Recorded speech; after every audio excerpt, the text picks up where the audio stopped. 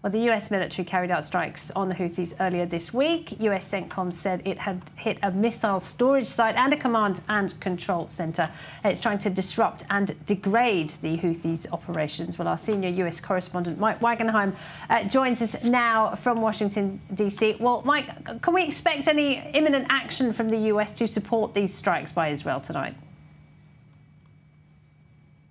I think we got to separate the two issues a little bit, Laura, though they're certainly connected. The U.S. is fighting the same war against the Houthis, but there are different reasons involved sometimes for the U.S.'s action with regards to the Houthis against Yemen. The United States saying that it struck Yemen after repeated attacks again against American vessels operating in the Red Sea and the Gulf of Aden. We've seen hundreds of these attacks against U.S. ships and other countries' vessels and merchants over the course of the Israel-Hamas war. The Houthis said they attempted an attack on the USS Harry S. Truman in the Red Sea and the Gulf of Aden area earlier on Sunday before the U.S. wound up replying. That was an incident in which the Houthis claimed they shot down an F-18 jet in which 2 American pilots are injured. The U.S. said that the incident was as a result of friendly fire. Nevertheless, the U.S. is tying that incident to the Houthis' attacks against U.S. interests and not necessarily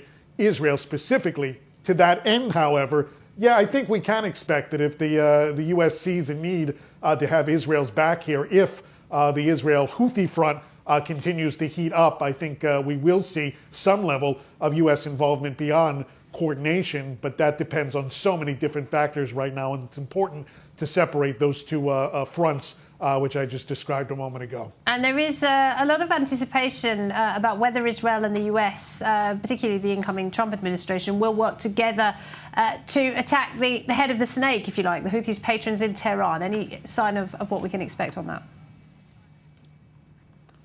Well, yeah, there are some signs, and it looks like the Biden administration very belatedly is figuring out here that maybe they didn't handle this thing the right way. Joe Biden reportedly, here in the waning weeks of his administration, is trying to regroup some American assets in terms of how they apply regionally. You know, America tends to look at things in regions, but what you really have is Iran, China, North Korea, and Russia acting together in so many different ways right now against Russian interests or against American and Western interests. And those are very, very disparate countries geographically. And the Biden administration has ordered military and intelligence services to kind of rethink the way they're grouping these countries together to try to formulate some sort of a plan in case it's needed. Now, whether the Trump administration adopts that same approach or not, I don't think the Trump administration has adopted many of the Biden admin's policies and thinking on really any matters whatsoever. They might disregard them out of spite more than anything. But the Biden admin is at least thinking